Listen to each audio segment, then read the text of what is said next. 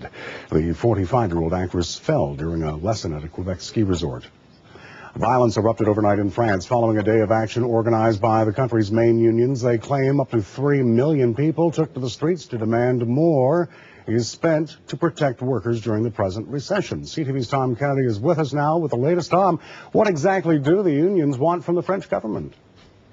Well, there are four main demands, Brad. They want an increase of the minimum wage. They want some certain tax breaks for wealthy individuals in France to be eliminated.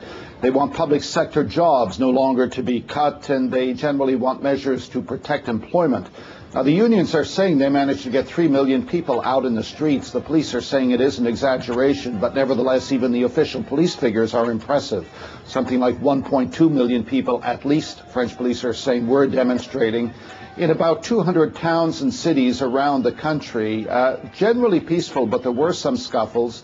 There are reports as well in Paris, police had to use tear gas to try to break it up. So these are very significant demonstrations during a very significant time in the French economy, very significant challenges, the same kinds of challenges that are being faced now by countries all over the world. And what effect, Tom, has this had on everyday life for folks in France?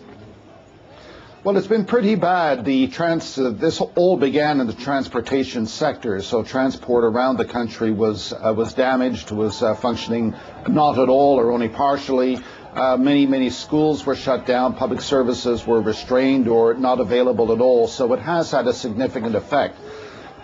On the upside for the unions, Brad, some polls are saying that something like 3/4 of the French population has sympathy for the strikers.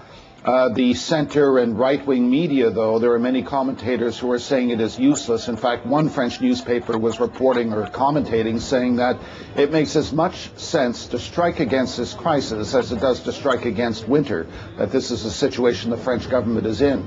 There was a large stimulus package in France to try to get the economy boosted, boost the economy, getting it going again, the same kinds of packages that are being seen in countries around the world, including Canada and especially in the United States.